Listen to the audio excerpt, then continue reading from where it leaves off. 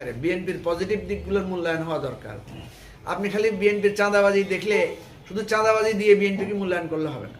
BNP জামাতের বাইরে আলাদা একটা জোট আকারে আমরা নির্বাচন করব, এবং যেটা নতুন রাজনীতি, নতুন রাজনৈতিক বন্দোবস্ত, সংস্কারের রাজনীতি, জুলাই সনদের আলোকে নতুন বাংলাদেশ গড়ার রাজনীতি, এটাই ছিল আমাদের মোটো। আমরা একটা মাঝখানে জোট করতে চেয়েছিলাম, অনেকদিন চেষ্টা করেছি, 9টা দলের সাথে আলোচনা শুরু হয়েছিল, ওনারা আমাদেরকে আশা দিয়ে দিয়ে রেখেছিলেন। পরে শেষ পর্যন্ত আমরা 3টা দল, এনসিপি, রাষ্ট্র সংস্কার আন্দোলন, এবিপার, আমরা 3টা দল মিলে একটা জোট করি, এবং অন্যান্য দলগুলোকে আমরা চেয়েছিলাম যে ওনারা আসলে মাঝখানে দাঁড়াইলে আমরা একটা শক্তিশালী জোট আকারে থাকবো, এবং বিএনপি জোট জামাত জোটের মাঝখান থেকে আমরা একটা নতুন রাজনীতির আশা জাগ্রত করব, এবং সেখান থেকে যদি আমরা অল্প কিছু লক্ষ্য নির্বাচিত করতে পারি, তাইলে আমাদের চিন্তা ছিল যে নতুন রাজনীতির এই প্রত্যাশাটা আমরা বাঁচায় রাখতে পারব। কিন্তু 2টা ঘটনা আমাদেরকে খুব ব্যথিত করেছে।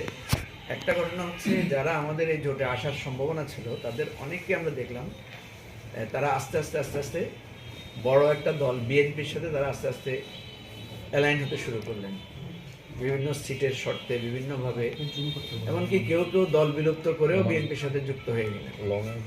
তো এই জিনিসটা প্রথম তাহলে আমরা দেখলাম যে আমরা একা হয়ে গেলাম, আমাদের সাথে আর কেউ নেই। নতুন রাজনীতিকে দাঁড় করানোর জন্য যারা এতদিন বললেন তারাও থাকতে পারলেন না।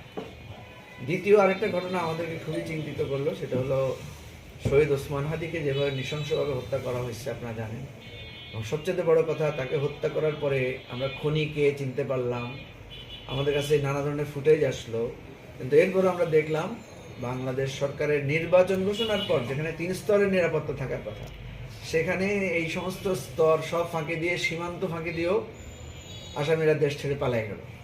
ফলে আমাদের কাছে মনে হলো এইটা একটা সাধারণ চক্র না, এই খুনি চক্র জাতীয় এবং আন্তর্জাতিক নেটওয়ার্কের সাথে বিস্তৃত। তো আমরা যারা জুলাই অভ্যুত্থানের জন্য কাজ করেছি এবং জুলাই সংস্কারের জন্য আমরা কমিটেড, আমরা দেখলাম যে আমাদের আসলে নিরাপত্তা কি।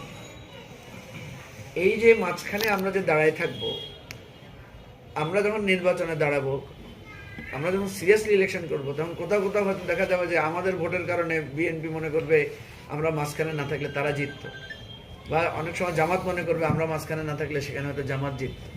ফলে এই 2 দলেরই আমরা মাঝখানে একটা চিপার মধ্যে পড়বো। এই অবস্থায় আমরা দেখলাম আমাদের জোটের প্রধান, আমাদের যে গণতান্ত্রিক সংস্কার জোট, এই গণতান্ত্রিক সংস্কার জোটের প্রধান এনসিপি নেতৃবৃন্দ তারা বললেন যে ভাই, এইভাবে একা না থেকে আমাদেরকে কোনো না কোনো দিকে আমাদের এই জুলাই সংস্কারের ইস্যুতে আমাদেরকে একদিকে অবস্থান নেওয়া দরকার। এবং আমরাও ফিল্ড লেভেলে গিয়ে দেখলাম যে আমরা নতুন রাজনীতি বাঁচাবো কোথায়, দেশ বাঁচানোই এখন আমাদের জন্য বেশি গুরুত্বপূর্ণ হয়ে যাচ্ছে। জুলাই অভ্যুত্থানের সংস্কারের অঙ্গীকার বাস্তবায়নে আমাদের জন্য প্রধান হয়ে যাচ্ছে। তখন আমরা বাধ্য হলাম 2টা জোটের সাথে আমরা সংলাপে বসলাম, বিএনপির সাথেও জামাতের সাথে। আমাদের 2 জোটের সাথে সংলাপ করে আমরা বুঝলাম যে জুলাই সংস্কারের অভিপ্রায় বাস্তবায়ন করা, দুর্নীতির বিরুদ্ধে শক্ত অবস্থান নেওয়া, সাম্রাজ্যবাদ বিরোধী রাষ্ট্রটাকে একটা শক্ত অবস্থানে নেওয়া, আমাদের জুলাই শহীদদের বিচার, ওসমান হাদি হত্যার বিচার, এবং তদুপরি আমাদের জুলাই সনদ বাস্তবায়নের ক্ষেত্রে কম্পারেটিভলি বিএনপির চাইতে জামাতের জোটে যারা আছেন, যে 8 দলীয় জোট আছে, তাদেরকে আমাদের কাছে কম্পারেটিভলি বেটার মনে হয়েছে।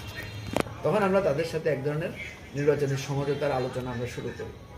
তো নির্বাচনী সমঝোতার আলাপটা শেষ হয় নাই, মানে মাত্র আলোচনা শুরু হয়েছে। আমরা কিসের ভিত্তিতে আমাদের এই রাজনৈতিক সমঝোতার জোট, কিসের ভিত্তিতে আমরা কে কত আসনে ইলেকশন করব, কে নীতিতে ছাড় দিব, এই জিনিসগুলো একটু সুসংবদ্ধভাবে হওয়ার কথা, কিন্তু সেগুলো হওয়ার আগেই আমাদের নির্বাচনের ফর্ম জমা দেওয়ার লাস্ট ডেট চলে আসছে।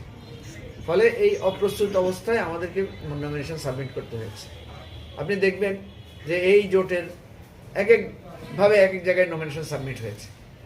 এই অবিচ্ছিন্ন অবস্থায় আমাদের ফেনীতে যেটা হয়েছে যে আমরা সাবমিট করতে এসেছি, জামাতের এখানে যিনি প্রার্থী ফেনী 2-তে, উনি খুবই সুপরিচিত, খুবই সজ্জন, এবং উনি দীর্ঘদিন থেকে এখানে গণমানুষের সাথে রাজনীতি করে উনি এখানে নির্বাচনের জন্য সম্পূর্ণভাবে প্রস্তুত ছিলেন। তো ওনাকে যখন এরকম অপ্রস্তুত অবস্থায় এখানে মনোনয়নপত্র দাখিলের ব্যাপারে জামাত নিষেধ করেছে, জামাত একটা সুসংবদ্ধ দল, তার সাংগঠনিক শৃঙ্খলা অত্যন্ত স্ট্রং, একটা নির্দেশ দিলে কেন্দ্র থেকে সাথে সাথে সেটা তৃণমূলে প্রতিপালিত হয়। এই সাংগঠনিক শক্তির বলে দেখা গেল যে এখানে যিনি অত্যন্ত জনপ্রিয় ব্যক্তিত্ব, শ্রদ্ধাভাজন লিয়াকত আলী ভূঁইয়া সাহেব, উনি ওনার নমিনেশন জমা দেননি। এটার কারণে ওনার সমর্থক গোষ্ঠী, ওনাকে যে যারা ভালোবাসেন, একটা বিরাট অংশ ব্যতীত হয়েছে। তো এই জিনিসটা আমার নিজেরও কাছে মনে হয়েছে যে আমরা যদি এরকম না করে, আমরা যদি সুন্দরভাবে গুছিয়ে আলোচনা করে এই জায়গাটা সমাধান করতে পারতাম, তাহলে এই অস্বস্তিকর পরিস্থিতির সৃষ্টি হতো না। তো এটার কারণে যেটা হয়েছে যে একটা ভুল বুঝাবুঝি বা একটা ভুল ধারণা হয়েছে। এখানে আমার কোনো দোষ নাই, আমি এখানে কোনো লায়াবল কিছু না। কারণ আমরা জাতীয়ভাবে জোট করেছি, জাতীয়ভাবে জোটের যারা নেতৃত্ব দিচ্ছেন তারাই নীতি নির্ধারণ করবেন। আমি তো এখানে নীতি নির্ধারণী পর্যায়ে না, আমি নীতি নির্ধারণের একটা অংশ মাত্র। তো সেই জায়গা থেকে আমি দেখেছি যে আমার সম্পর্কে অনেক ধরনের কটু কথা, আমার সম্পর্কে আমাকে হেয় প্রতিপন্ন করে অনেক ধরনের কথা বলা হয়েছে। তা আমরা তো একটা নতুন দল, আমাদের তো সাংগঠনিক শক্তি নাই। আমরা তো বলেছি যে আমরা এখনো জনমানুষের কাছে পৌঁছাতে পারি না। ফেনীর জনমানুষের কাছে আমি পরিচিত ছিলাম 20 বছর আগে। আমি ফেনীর প্রত্যেকটা ইউনিয়নের প্রত্যেকটা উপজেলায় গিয়েছি 20 বছর আগে। মাঝখানে আপনারা জানেন যে জুলাই অভ্যুত্থানের সময় আমাদেরকে পালিয়ে বেড়াতে হয়েছে। আমি গুলিবিদ্ধ ছিলাম, গুলিবিদ্ধ অবস্থায় আমি অ্যারেস্ট হয়েছি। এর আগে জীবনে আমি অন্তত 8 থেকে 10 বার মৃত্যুর মুখোমুখি হয়েছি নানাভাবে, প্রত্যেকটা মানে আন্দোলনে। আপনি জানেন যে হেফাজতের মুভমেন্টে আমি আমার চাকরি হারিয়েছি, আমার স্টেশন বন্ধ হয়ে গেছে। এখন আমি তো এগুলো নতুন করে বলার কিছু না, এই নতুন প্রজন্ম হয়তো অনেকে জানে না, অনেকে আমাকে মনে করতেছে আমি বুঝি হঠাৎ করে হাইব্রিড পলিটিশিয়ান। আমার 35 বছরের ইতিহাসে আমার বিরুদ্ধে মামলা, মোকদ্দমা, জেল, জুলুম, বাড়িঘর ছাড়তে হয়েছে আমার। আমি এগুলো নতুন করে বলতে চাই না, এগুলো আমার সমসাময়িক আমাকে যারা চিনেন, যারা আমার বন্ধু ছিলেন, আমার সাথে লেখাপড়া করছেন, আমার আত্মীয় স্বজন আছেন, তারা জানেন আমি পরিবার থেকে পর্যন্ত নিগৃহীত হয়েছি। আমি লেখাপড়া থেকে, আমার প্রতিষ্ঠান থেকে পর্যন্ত আমাকে বহিষ্কার করা হয়েছে শুধু এই রাজনৈতিক আন্দোলনের কারণে। এগুলো যারা আছেন তারা জানেন, যারা হয়তো জানেন না তারা হয়তো না জেনে অনেক কথা বলছেন। আমি তাদের প্রতি মোটেও রুষ্ট না, আমি তাদের প্রতি কৃতজ্ঞ যে তারা অন্তত মানে আমার প্রতি তাদের, আমি মনে করি লিয়াকত ভাইয়ের প্রতি ভালোবাসা প্রকাশ করতে গিয়ে হয়তো তারা ভুলবশত আমার প্রতি ক্ষুব্ধ হচ্ছেন। লিয়াকত ভাইয়ের প্রতি আমার শ্রদ্ধা আছে একটা পূর্ণোদ্যমে, এবং লিয়াকত ভাইয়ের সাথে আমি দেখাও করেছি। উনি আমাকে বলেছেন যে তোমার উপর তো আমার কোনো মান অভিমান নাই, কারণ ওনার সাথে আমার সম্পর্ক খুব ভালো। তো সুতরাং আমি যেটা মনে করি, যেটা তৈরি হয়েছে এটা পরিস্থিতির কারণে হয়েছে। পরিস্থিতি, লিয়াকত ভাই পরিস্থিতির শিকার, আমিও পরিস্থিতির শিকার। তো আমি জানি যে আমি এই জায়গাটা একদম নিজেকে স্পষ্ট, আমাকে নির্বাচন করে একেবারে সব বিসর্জন দিয়ে নির্বাচিত হইতে এমন কথা না। সব বিসর্জন দিলে আমি 20 বছর আগেই আমি বাংলাদেশের রাজনীতিতে গুরুত্বপূর্ণ জায়গায় যাইতে পারতাম। আমরা নীতি বিসর্জন দেই নাই। ইভেন আমি যেই আন্দোলনের জন্য, রাজনীতির জন্য আমার জীবন সংকটাপন্ন হয়েছে, মৃত্যুর মুখে পতিত হয়েছে আমি প্রায় 6 বারের মতো, নীতির প্রশ্নে আমি সেই দল থেকেও আমাকে বহিষ্কার করা হয়েছে, আমি হাসি মুখে সেটা মেনে নিয়েছি। আমি নিজের চেষ্টায় একটা রাজনৈতিক চিন্তাকে লালন করে একটা দল তৈরি করেছি। এবং আজকে বাংলাদেশে 10 জন রাজনীতিবিদ ছিলেন জুলাই সনদ স্বাক্ষরে। আমি ফেনীবাসীকে বলতে পারি যে আপনাদের ভাই হিসেবে আমি সেই স্বাক্ষরকারীদের মধ্যে একজন।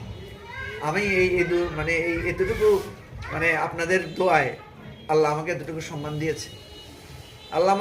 সম্মান দিয়েছে যে জুলাই এর যে সনদ তৈরি হয়েছে, এই সনদে আমি অংশগ্রহণ করেছি পার্টিসিপেটর হিসেবে। ইতিহাসে দেখবেন আমার বক্তব্য আছে। জুলাইয়ের ইতিহাস লিখতে গেলে আমাদের নাম লিখতে হবে, মুক্তিযুদ্ধের ইতিহাস লিখতে গেলে আমার পরিবারের নাম লিখতে হবে। আমার পরিবার, আমার নানা, আমার বাবার স্মৃতি এখানে জড়িত। তো আমি মনে করি না যে এগুলো বেচে আমাদেরকে রাজনীতি করতে হবে। আমরা দেশের জন্য কাজ করেছি, নিজের জন্য করেছি, তারপরে আমাদের অনেক ভুল ত্রুটি আছে। আমি ফেনীর মানুষকে বলবো যে আমরা সবাই সবার জন্য কাজ করব, সবাই সবার জন্য আছি ইনশাআল্লাহ।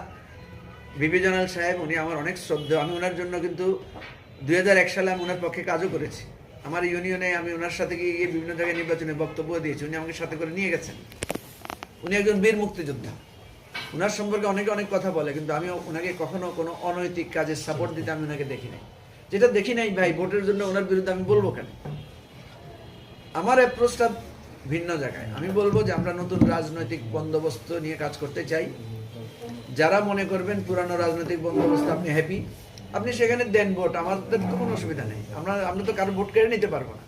আর যারা মনে করবেন যে পুরানো বন্দোবস্ত ফেল করেছে, তারা আমাদেরকে একবার সুযোগ দিয়ে দেখতে পারেন। আমরা চেষ্টা করব। আমরা যেটা জুলাইতে চেষ্টা করেছি সফল হয়েছে আলহামদুলিল্লাহ।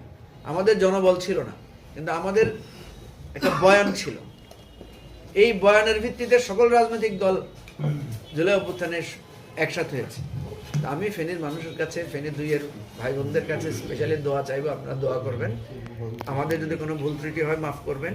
কারণ আগামী দিনের নির্বাচনে আমি আপনাদের একটা মূল্যবান রায় চাই, আপনাদের কাছ থেকে দোয়াও চাই, আপনাদের কাছ থেকে সমর্থন চাই।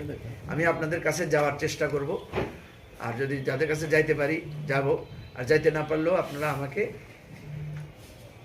ভার্চুয়ালি আমি আমার বক্তব্যগুলো পৌঁছাবো আপনাদের কাছে, আপনারা আমার বক্তব্যগুলো শুনবেন। এটাই হলো আমার কথা। একটা ছোট একটা প্রশ্ন ছিল, করবো কিনা? জি, বাস্তব।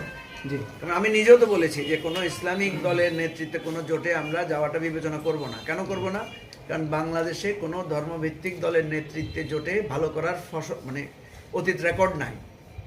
কিন্তু এবারে দেখেন যতগুলো জরিপ উঠেছে সবগুলো জরিপে কিন্তু বলা হচ্ছে যে ধর্মভিত্তিক রাজনৈতিক দলগুলোর ভোট বেড়েছে, তাদের একটা সম্ভাবনা তৈরি হয়েছে, এসেছে না এবারে জরিপে। তাহলে এটা তাদের নতুন প্রেক্ষাপট, এক নম্বর। দুই নম্বর হচ্ছে এই যে আমরা চেয়েছিলাম যে আমরা কারোর জোটে যাব না, এনসিপির নেতাকর্মীদের একটা বিরাট অংশ, এবি পার্টির নেতাকর্মীদের একটা বিরাট অংশের মত হচ্ছে যে আমরা মাঝখানে দাঁড়াবো। না, আমরা তো মাঝখানে দাঁড়াই শেষ পর্যন্ত টিকতে পারলাম না, এবং এই যে ঝুঁকিটা তৈরি হয়েছে তখন মানুষ আমাদেরকে দায়ী করবে যে তোমরা এই মাঝখানে দাঁড়াইয়া ঝামেলাটা তৈরি করছো। কারণ দেশটা এখন আধিপত্যবাদের বিরুদ্ধে দুইটা ভাগে ভাগ হয়েছে। ওসমান হাদির হত্যার পরে আধিপত্যবাদের বিষয়টা আমাদের কাছে পরিষ্কার হয়ে গেছে। শেখ হাসিনা ইন্ডিয়াতে বসে, আমি মনে করি শেখ হাসিনার এখন যে নীতি, এটা আওয়ামী লীগের নীতির বিরুদ্ধ কাজ।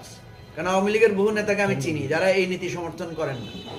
আওয়ামী লীগের বহু নেতাকে আমি চিনি যারা এই শেখ হাসিনা যে হুমকি ধমকি দিচ্ছে এটাকে পছন্দ করেন না। কারণ তারা জানে তারা দেশের মধ্যে এখন যারা আছে তারা এগুলোর কারণে তারা নিজেরাও বিপদের মধ্যে পড়বে। তো সুতরাং শেখ হাসিনার নীতি এবং ভারতের রাষ্ট্রের এই যে শাসকরা, ভারতের জনগণও এই নীতিতে বিশ্বাস করে বলে আমি মনে করি না। কারণ ভারতেও অনেক শান্তিপ্রিয় মানুষ আছে, মানবাধিকার কর্মীরা আছে। তাইলে এই যে ভারতের এক পেশে সরকার আর শেখ হাসিনার এই যে সন্ত্রাসী নীতি, এই দুই নীতি আমাদের জন্য যে সংকট তৈরি করেছে, এখন আমরা মাঝখানে না থেকে আমাদেরকে বাধ্য হয়ে একদিকে যেতে হচ্ছে। এইটা আপনি এনসিপির যারা এই জিনিসটাকে আদর্শিক জায়গায় ধরছেন, ওরা আদর্শিক দিক থেকে কারেক্ট আছেন। এবি পার্টির যে সমস্ত নেতাকর্মীরা এটাকে ধরছেন এরা আদর্শিক জায়গা থেকে কারেক্ট আছেন। কিন্তু বৃহত্তর স্বার্থে, এমন আমি যদি আপনাকে প্রশ্ন করি, আমরা জুলাই অভ্যুত্থানে যখন জামাতের লোকেরা জীবন দিয়েছে, আমরা একজন জামাতের লোক যখন গুলি খেয়েছে, আমরা কি যাই তার তুলি নাই? আমি কি বলছি যে তার আদর্শের মিল নাই বলে আমি হেরেক গুলি খেয়েছি যে এর হসপিটালে নিব না? আমরা কি এটা বলেছি? বলি নাই তো। আমরা তো তখন ভেদাভেদ ভুলে গেছি। সুতরাং জুলাই অভ্যুত্থানে যেভাবে ভেদাভেদ ভুলে আমাদেরকে একটা পজিশন নিতে হয়েছে, শেখ হাসিনা ভার্সেস অল বাংলাদেশ, এবারে নির্বাচনে আমাদেরকে মনে হচ্ছে যে আমাদেরকে একটা পজিশন নিতে হবে, সেটা বিএনপির দিকে অথবা জামাতের দিকে। এটা হচ্ছে আমাদের লেটেস্ট মানে আত্মবিশ্লেষণ। এই বিশ্লেষণ যে সঠিক আমরা বলবো না, আমরা এই আপাত দৃষ্টিতে মনে করছি এটা সঠিক। এটার ভুলও থাকতে পারে, এটা ভবিষ্যৎ বিচার করবে আমরা সঠিক ছিলাম না ভুল ছিলাম। নির্বাচন পর্যন্ত আপনারা জামাত জুটে আছেন, অর্থাৎ জামাতের পজিশনে আছেন। এক্ষেত্রে আমরা 5 আগস্ট পরে দেখেছি আপনি ইতিমধ্যেই সুবক্তা আপনার সাথে। আমরা তো জামাতের সাথে এমন কোনো চুক্তিতে যাচ্ছি না, বা জামাতও তো একটা আদর্শিক দল। জামাত নিজেও তো বলে যে তাদের ভুল হলে ধরাই দিতে হবে। জামাতের যে আমির শফিক সাহেব, আপনি তো দেখছেন উনি কত ওপেনলি সমালোচনাকে এখন গ্রহণ করতেছেন, এবং উনি একটা সংস্কারের প্রক্রিয়ার মধ্যে কিন্তু উনি গিয়েছেন। জামাতকে একটা ইনক্লুসিভ দল আকারে হাজির করার জন্য ওনারা কিন্তু ভিন্ন ধর্মের লোকদেরকে প্রার্থী দিচ্ছেন, নারীদেরকে সাথে ওনারা এখন মিটিং করছেন। নারীদের জন্য উনি যে বিপ্লবী প্রস্তাব দিয়েছেন 5 ঘন্টা কর্মঘণ্টা, এটা নিয়ে তো সারা মানে পৃথিবীতে আলোচনা হয়েছে। সুতরাং আমরা মনে করি যে এইভাবে আস্তে আস্তে আমাদের দূরত্বটা কমে আসবে। এবং আমি বিএনপির যে সমালোচনা আপনি বলছেন, আমি বিএনপির সমালোচনার চাইতেও মনে করি রাজনৈতিক দল আকারে বিএনপির পজিটিভ দিকগুলোর মূল্যায়ন হওয়া দরকার। কারণ বিএনপি 15 বছর ধরে স্বৈরাচার বিরোধী আন্দোলন করেছে, বিএনপির লোকেরা আজ গুম খুনের শিকার হয়েছে, বিএনপির লোকরা অফিসে বসতে পারে নাই, বাড়িঘর হারিয়েছে, ব্যবসা হারিয়েছে। আপনি খালি বিএনপির চাঁদাবাজি দেখলে, শুধু চাঁদাবাজি দিয়ে বিএনপিকে মূল্যায়ন করলে হবে না, বিএনপির ওগুলোও দেখতে হবে, আবার চাঁদাবাজিরও সমালোচনা করতে হবে। বিএনপি যে তার 8,000 লোককে বহিষ্কার করেছে চাঁদাবাজির কারণে, এটা তো আমাদের কথা না, এটা তো বিএনপির কথা। সুতরাং এটা নিয়ে আমি বিএনপির সমালোচনা করলে আমি ক্ষতিগ্রস্ত হব কেন? ঠিক আছে। সুতরাং আমি মনে করি সমালোচনার জায়গাটা খোলা থাকবে, আমরা দায়িত্বশীলতার সাথে সমালোচনা করব। জামাতের অবদানের যেরকম আমরা প্রশংসা করব, জামাতের ভুল ত্রুটি হলে সেটারও আমরা সমালোচনা করব।